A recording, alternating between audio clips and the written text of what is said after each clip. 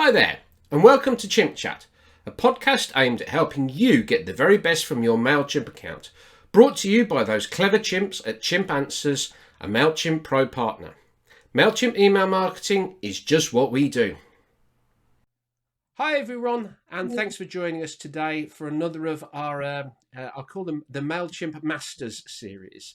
Interview series with lots of the experts out there who really know MailChimp. And today I'm honoured to be joined by the delightful Alessandra Farabegoli. Have to get the pronunciation right. Better? Better. Thank you, Robin. Okay, yeah. Alessandra is one of our MailChimp experts and a pro partner based in Italy. And she's very much one of the people who a lot of MailChimp partners look at because she's very much an expert in the automations area. So just as an introduction, Alessandra, do you want to just give us a quick background about your business, the type of things that you do and the type of people that you support? Yes, Robin. I live and work in Italy, mostly with Italian clients, and I do consultancy about email marketing and the use of MailChimp and MailChimp optimization. Apart from this, I run a business in training on digital marketing. It's called the Digital Update. And we do courses, online courses, and we are going to start an academy in a few weeks. And the other thing I do is running the freelance camp, which is an initiative for freelancers. We run events and regular Zoom sessions to support a community of independent workers. So lots of things. Fantastic. So you're very much focused in the small market, solopreneur area. And even though you are a recognized MailChimp supremo, you know your MailChimp, you do actually handle a number of other areas as well, which obviously is quite helpful in the overall customer journey and helping people go through that. Yep. Yeah, I must say that both Digital Update and the Freelance Camp have been my MailChimp workspaces where I learned a lot of what I regularly teach to my customers and what I really apply to my clients' businesses because I've experimented a lot on, most of all in MailChimp automations and Yep. the use of email marketing to support a business.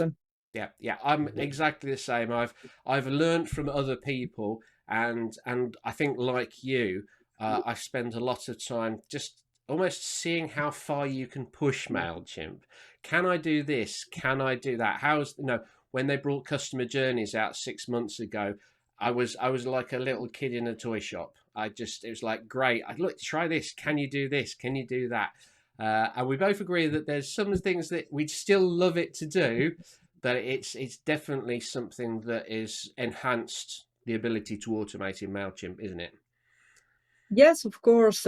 MailChimp automations lacked a lot of features, and customer journeys have started to fill some of these gaps. I must say it's still a work in progress. So there are still things that you cannot do with MailChimp, but I'm confident they will come. Me too. Me And too. Always optimistic about the fact that it may not be here yet, but it will come.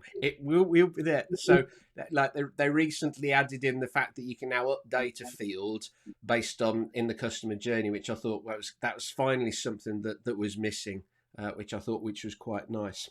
So obviously, your background and where you are. Obviously, one of the reasons we're talking to you today is because you're one of our speakers, one of our 12 speakers at Chimposium that's taking place on the 7th and 8th October. And your area is automation, as if people couldn't have guessed by now. Automation of the things. So just very, very briefly, we'll come into it a little bit later and talk a little bit more. But in a nutshell, what are you going to be talking about at Chimposium? well, I'm going to recall some of the most important features of both traditional MailChimp automations and the new customer journey. So what's different between the two worlds and why we have to know both if we want to effectively work and use automations with MailChimp. Exactly. It's one of those things where I think recently the classic automations have been slightly hidden and put to the side because of the focus that's on customer journeys, but they're still very valid, and there's things that you can do in one that you can't do in other. So we'll come on to that later. I think that's going to be very interesting for people. And certainly one of the things that I'm looking forward to most in Chimposium is the opportunity to hear how other people approach the same type of problems that I have. So I've developed and understood this is the way I think it should be done, but doesn't mean to say that I'm right or wrong. And I'm really looking forward to your talk, because I think there's going to be a number of things that I'll be taking away going, I didn't think of doing it that way, but that's actually really quite clever. So I'm really looking forward to that. And I hope other people have the same thing. So, like, first section, we always like to drill into a little bit about your relationship with MailChimp. We are a MailChimp Pro podcast. We love MailChimp, and we know that there's lots of things that you can do with it. So, where did your relationship with MailChimp start? So, when did you actually start using MailChimp? Well, it was around 2009 when I started using MailChimp to communicate about an event I was organizing. At the time, the free plan was limited to 500 contacts. Mm-hmm. And it was enough for me. Then they soon improved it to 1,000 contacts and then 2,000. And at that time, I've just left my web agency to work as an independent consultant. And the free plan was really enough for many of my clients. And so I started to experiment with MailChimp. And the thing I loved was the funny approach, the relaxed approach Very. to the work. Yeah, Love that's one of the working. things. I think a lot of people, there are a lot of professional, serious, very business-like email, and I think that actually positioning of MailChimp, they are happy to laugh at themselves. They did a marketing campaign a couple of years ago of variations of their name because people kept getting their name wrong. I think that really makes them stand out from a lot of the other market business tools that are out there, which are very serious, very business. We're business. We do business. MailChimp still does it, but it does it with a smile. So, no, I agree completely. That's one of the things that attracted me to it. Okay, so what's the thing that you love most about MailChimp? I think really it's the spirit, their corporate culture, the fact that they are not boring, the fact that they love what they do, and they pass over this love to their customers. I see real passion behind the job they do. Of course, the tool is very good. What I loved was that I could do a lot of things, even with the free plan. But when I started to use it, really, I soon realized that it was worth paying for it, because I could do many more things, and it returned a lot. I had a very important return on my investment and my clients as well. So I love that you can work well in a relaxed and not boring way. Yeah, I agree. They've got that journey of be there when you start, when you can't afford to pay anything, to do all the basic things. But then they're very good at that. Well, we can go up to the next level to help you do these other bits and pieces and move to a paid level. I think that they've got that journey and process really, really well nailed down. And yes, the sense of there's always whenever with Mailchimp, there's always I feel like they're winking, they're smiling, and there's like if you get it, you get it, and there's people who are there. No, couldn't agree more. Okay, but even though this is a pro Mailchimp podcast, like all good relationships, we like to be honest with each other, and when things aren't perfect, we don't have a problem of mentioning those things. So at the moment, what's the one thing that you are very frustrated about with Mailchimp? The one thing you don't like that you don't. I really wish they'd change this. Well, in last years, I sometimes think that they have sort of lost their focus on email marketing. And I'm very sorry for that, because I realize that they want to give their customers a lot of tools. They want to be a platform, a complete platform, Yeah. but I really believe that they don't have to lose their focus on email marketing. They have to be the best in class for email marketing as well. So sometimes I see lots of new tools and new channels, and I think, automations are still missing that feature. I, Or the WooCommerce connector is sometimes missing yes. some order, and that's frustrating. But Yes. I'm a big MailChimp debugger, and you know that. Are we all? Are we all? And this is the thing, I'm, I've named my business after Mailchimp, so I have to be positive and talk about Mailchimp. And I think I agree with you, and I think this is the challenge for and those people who are listening. You're probably, if you're listening to this, the chances are you may not be kind of like up at that top level of pushing MailChimp. You're just starting, or you're using it and you want to know how you grow. One of the challenges for those of us, kind of as at the said at the start, everyone who's speaking at Chimposium, all the people, like Alessandra today, we really push MailChimp and we want to push it more. And the problem is because there's so few of us, MailChimp's like, well, actually, you know what? I'll just develop all these other tools, which probably you are going to be much more likely to use. Whereas myself and Alessandra are like going, yeah, but we want to do this and add this and where's this? And it's always a little bit frustrating when you're pushing the bracket, but pushing it as far as you can. You always want that little bit more. And I think, unfortunately, MailChimp needs to balance the need to grow the email marketing and the focus against all these other elements, which I understand why they want to bring them in. But people who want to use MailChimp stores or MailChimp appointments, they're not going to be contacting you or me to actually get them done. And that obviously then kind of like when they bring that out, our attitude is, well, that's great, but we're not going to benefit. Our benefit is going to come from taking the automations to the next level and giving more flexibility in that side of things. So no, we are where we are. I understand, I agree completely. There is that frustration. All right, so before we leave talking about specifically MailChimp, I always ask, and I get this question kind of like a lot of the time, what's the one thing that people have a misconception about MailChimp? They think, oh, I can't do that in MailChimp, that you're always having to go back to them and say, no, actually, you can. So is there anything that springs to mind?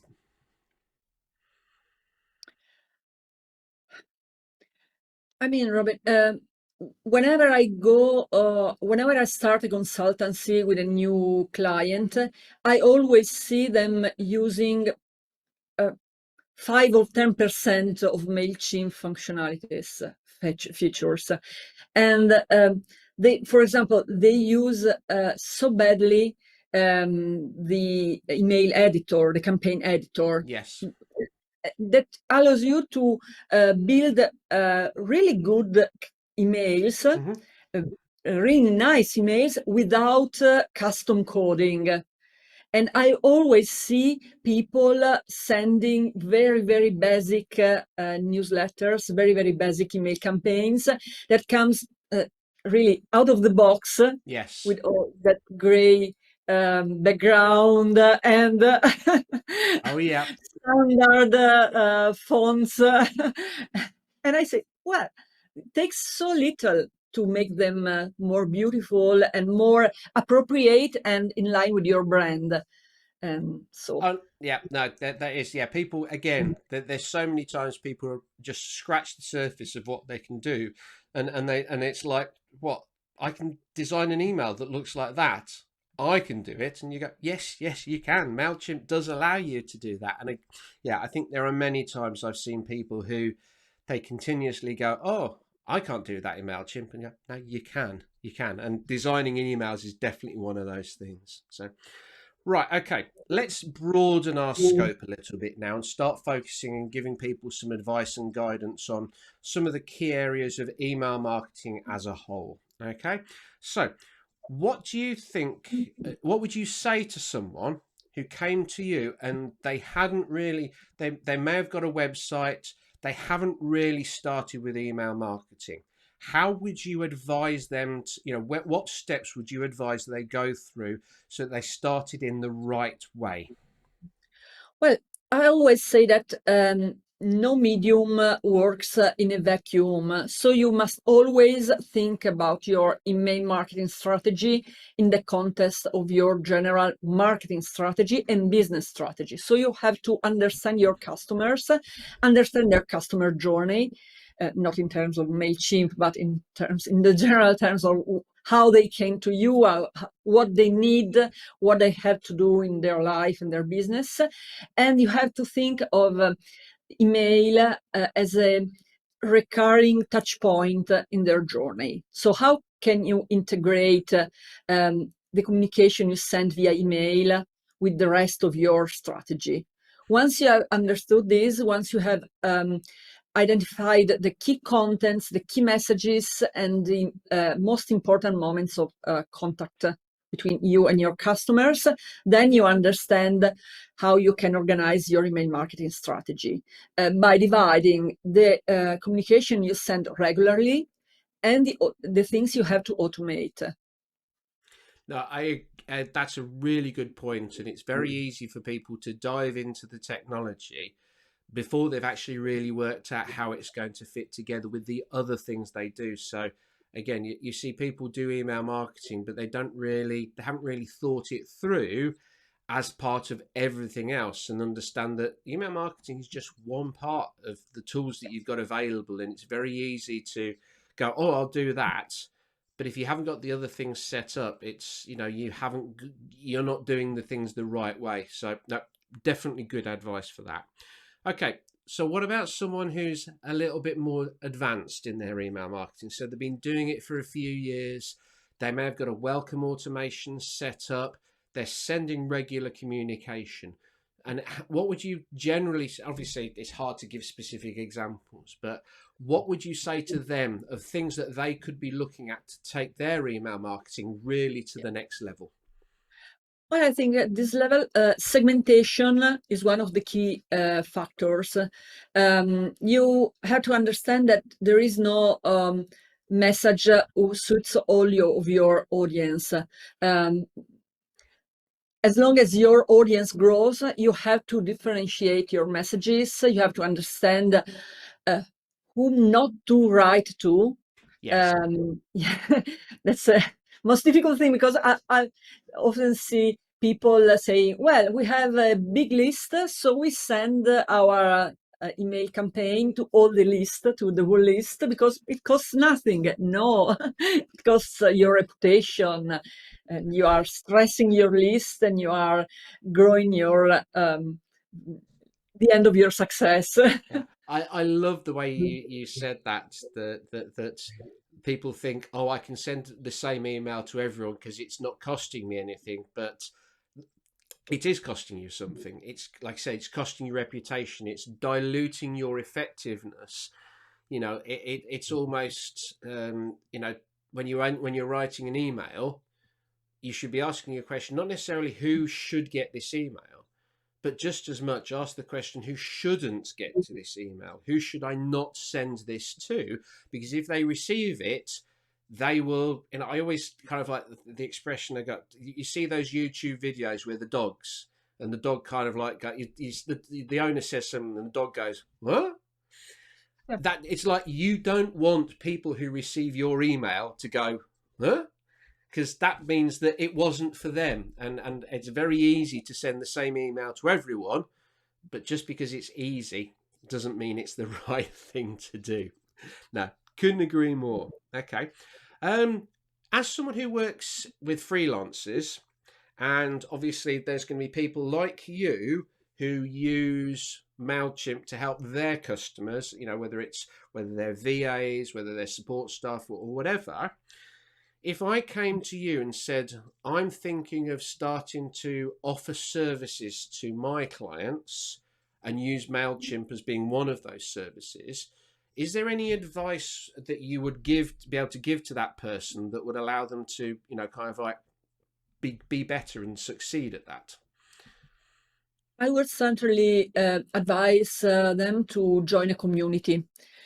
maybe Chimpanzers Yeah. or the MailChimp and Co community, Yes. which is a valuable resource for all of us, because you find allies, you find people to learn from, and and you find also business opportunities, because a lot of us Yep. get leads that we can't deal with, and we offer them to our partner colleagues.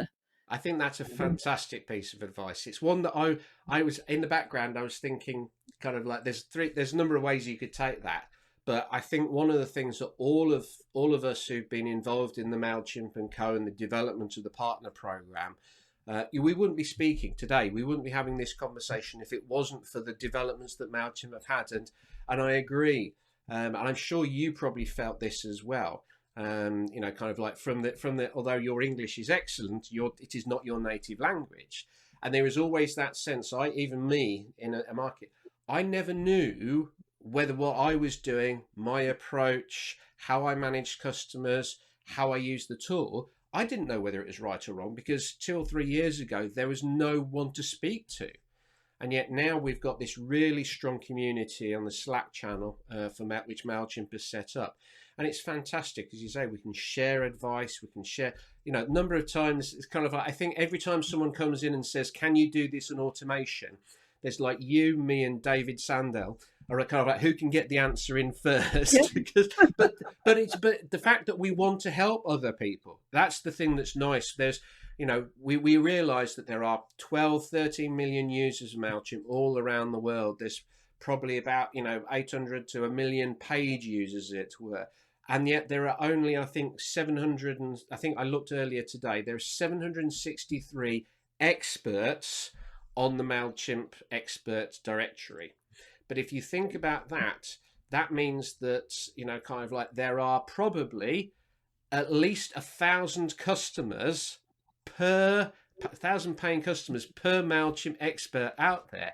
There is a massive market opportunity, and I think that the spirit that we've got and the community that's begun to be developed, and obviously Chimposium is going to help develop and grow that.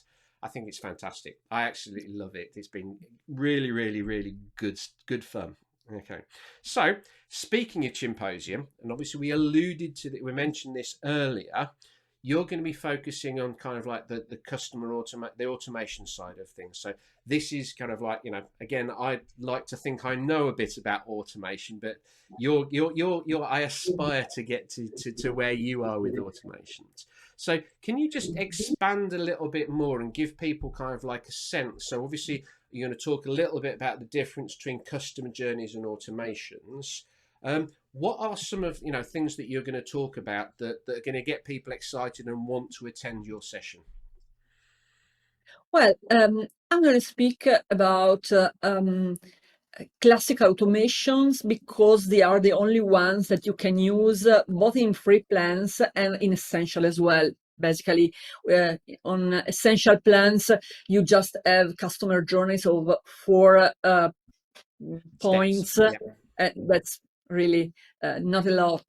But you can combine the small customer journeys and the classical automations, and a lot of classical automations together.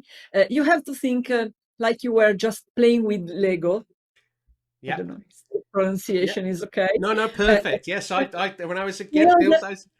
and build complex workflows by combining customer journeys and classical automations, and using the best of each system. That's a And I really think good it's way. interesting. The new, and one other thing I want to talk about is some things you have to beware about the new customer journeys, because there are things that are not really completely fixed, and you must consider, and things that are still lacking. For example, for I don't know why, but in the new customer journeys, you still can't track, you still can't add the Google Analytics tracking code, Yeah. and this is weird, and I'm looking forward to them doing this, but If you really need to track the results of your welcome series, maybe you should still consider to do it with classical automations, where you can add the tracking code just by checking a flag. But I mean, the new customer journeys are very nice, and they overcome some old limitations of the classical ones, such as now you can repeat the same automation for the same contact, which is an interesting thing. And well, there are nice things you can do with them Definitely. by a little hacking them to do what you want to do. You are preaching to the converted. Kind of like there is, like I said, there's always that. How far can you do this, and how Recently, I worked out how to do those loops so that Yeah. you could actually get people to go through a sequence and then restart it at some point and go through it again. And yes, it's they're Yes. really good opportunities. But I love the way that you talk about the transition. I think it's very easy for people like you and me to go straight into customer journeys because we're used to pushing the system. We're used to working at kind of like at the top level, as it were. But a lot of the people who'll be attending Chimposium, they'll probably be on a free plan or on the essentials plan. And it's understanding that just because you're on those plans does not limit your ability to get quite clever. Yes, the idea, I use the phrase to daisy chain automations together so that you've got this automation and then you connect it to this and then you connect it to this. So you can still have those big complicated automations that if you on the customer journeys, you can, you do those, but you can actually still achieve a lot of that by using, the tools that are available on the free or in the essentials plan. I think that's something that I hadn't really considered, but I think a lot of people would see benefit from. So, that's going to be good. Looking forward to that. Right. Okay. The last question I always ask people about kind of like email marketing is how do you separate and know that someone is good at email marketing from someone who's okay or doing it fine? What's the one thing in your mind that separates the good from the average? Their ability to see the whole picture. Um, Email marketing is not limited to uh, send newsletters. I see many people tend to confuse email marketing with sending a regular newsletter, and they say, "Oh, this is not for me." But email marketing is more than that. Is understanding the inner nature, the peculiar nature of email channel, its peculiarities, its ability to be a personal channel, a two-way communication, and use it at its full potential. This is what defines a good email marketer. Couldn't agree Mm. more. Again, this is the thing. I spend all of these interviews with people just agreeing because we all know our stuff, and yes, there are too many people out there who, again, that really resonates. They think email marketing. I met one recently. I was speaking to an accountant in the UK, and they go, "Oh, we do email marketing," and they let me have a look at their Mailchimp account, and I went back and go, "No, you're sending newsletters. That is not email marketing. That is blasting information to people with no segmentation, no understanding of the other parts that you're actually doing. It's almost as if, as a marketing manager, you go, right, website done, SEO done, lead social media done, email marketing done." And it's like, no, it's never done. It's always something that can grow and develop. And I think those people, those businesses that are the ones that do succeed, are definitely the ones who want to continue to invest in it and want to spend the time and the money making it more powerful, because we all know, all the partners and experts, that there are so many, I've not yet met a customer where I've said to them, I can't help you. There is always something they can do better, they can grow. And I think that's certainly something that really makes people stand out. So, that well said. Right. before we give you a chance to get on your soapbox, and I know you had to go and Google what getting your soapbox meant, it didn't translate into Italian. But before that, let's get to know a little bit more about you, the person. I always think that it's very easy to just get put into this box of, oh, this person's an email expert, a MailChimp expert, or whatever. And it's like there's more to you than that. So, right, what's your favourite food? Well, I mean, I have no favorite thing at all. I'm a polytheist by nature, so I really love vegetables. I don't love cookies, but I like to taste everything. I'm very curious of food. That's fascinating. I've asked this question to pretty much everybody, and everyone says at least three of the other people have said pizza. I'm thinking, great, I'm speaking to Italian. She's not going to say pizza. No, pizza is not my favorite food, definitely. Okay. What do you do to relax? To relax, I walk. I walk in nature. I go trekking. I love mountains. I love to walk in nature. Excellent. For me, to relax is walking outside. Okay. What's your favourite film? It's a difficult question because since I became a mother, I stopped to go to movies so often as I did before. So now I mostly look at Pixar movies, Yeah. which I love really. But I mean, maybe if I think of the past, The Tango Lesson by Sally Potter, which Yeah. was the movie who made me fall in love with Argentine tango. Excellent. Excellent. Okay. Mac or PC? Mac. But I'm not Everybody says not Mac. in a religious way. I'm still waiting for someone to actually say PC to that question. Everybody says Mac. I must add, Robin, Mac, but with an Android smartphone. Ooh, Android smartphone. Ooh, some people would say that's not allowed. Excellent. Okay. What's your now? If you translate, what's your favorite? Do you watch TV and what's your favorite way to relax watching TV? Um, I watch a lot of TV, and I don't watch a lot of series as well. I recently binge watched The West Wing, which I like very much.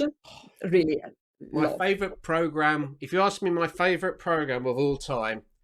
First four seasons of The West Wing. That's as good as TV gets in my book. It is brilliant.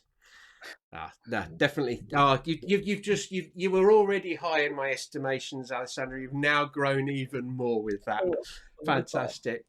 Okay. Favorite music? Um, maybe here I have no favorite group or singer, but I could say Johnny Mitchell, Peter Gabriel, The Style Council, Yeah. Sade, so Some things like that. classic early mid 80s pop there. Yeah. I'm with you there. With you there. Okay. When you're putting a form onto a website, what's the best tool that you've come across?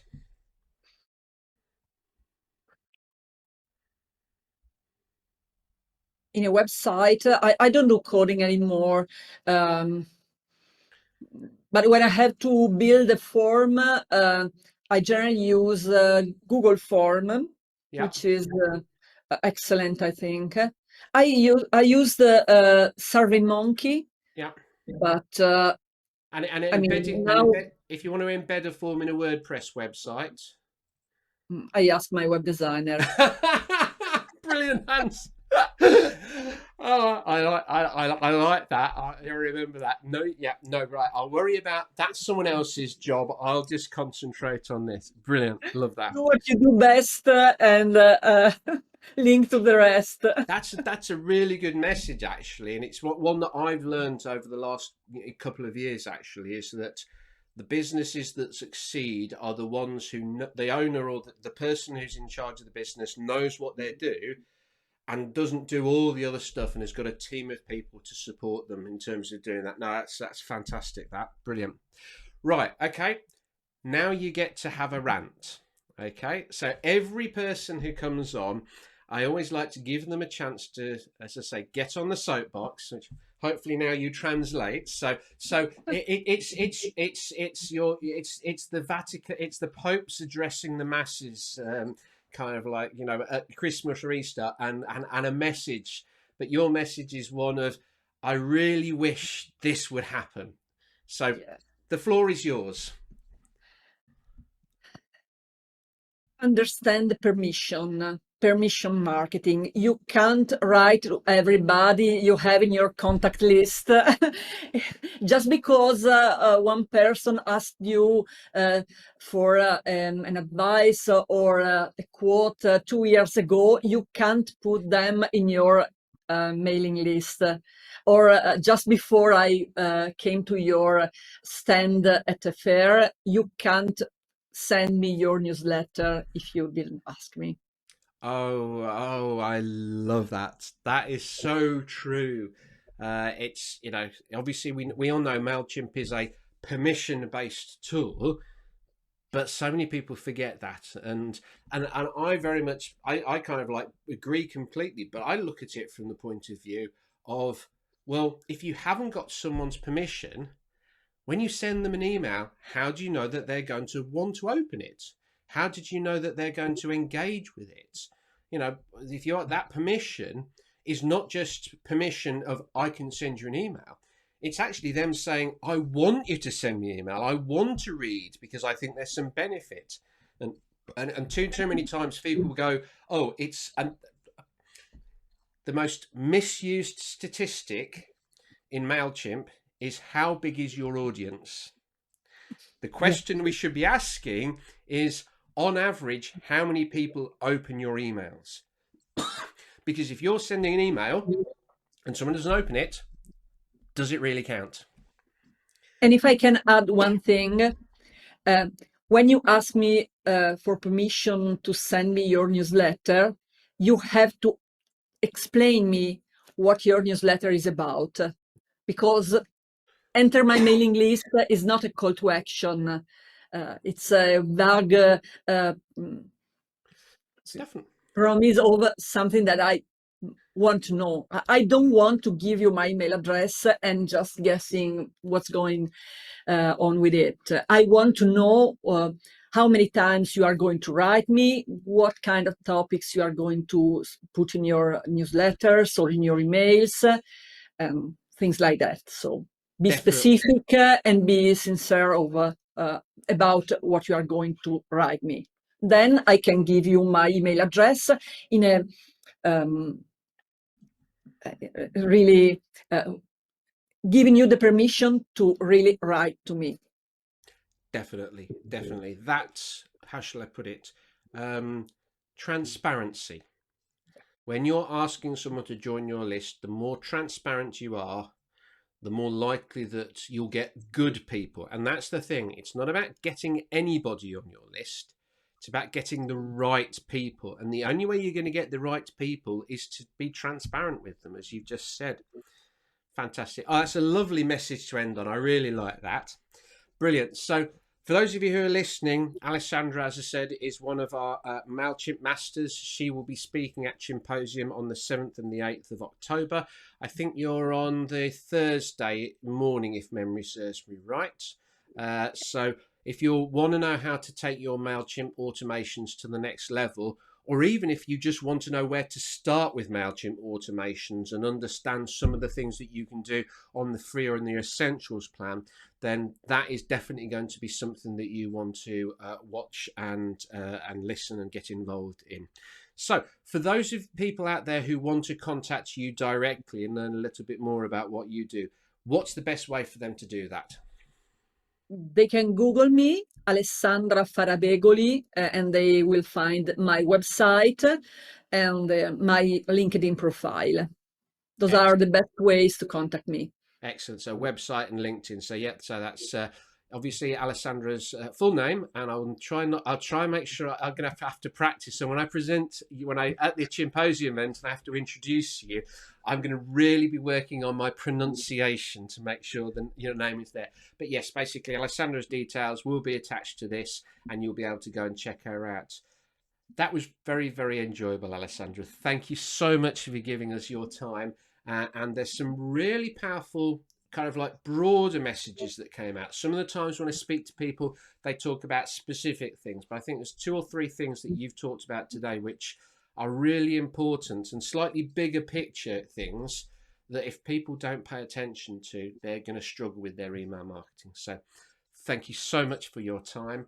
And I look forward to catching up with you at Chimposium and seeing how far we're going to have a little automation battle.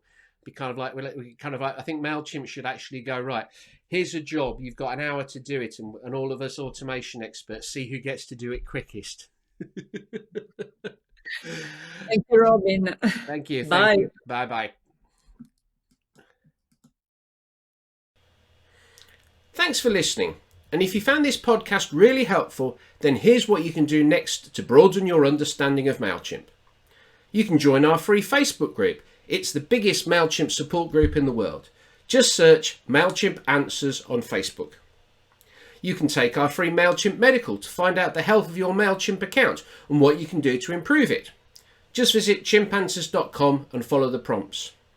And of course, you can get in touch with us if you like one-to-one support, advice, tips, or whatever. Just visit chimpanswers.com, which also has got one of the largest resources of MailChimp blogs and advice available out there to get the information that you need. Thanks again, and we'll see you very soon.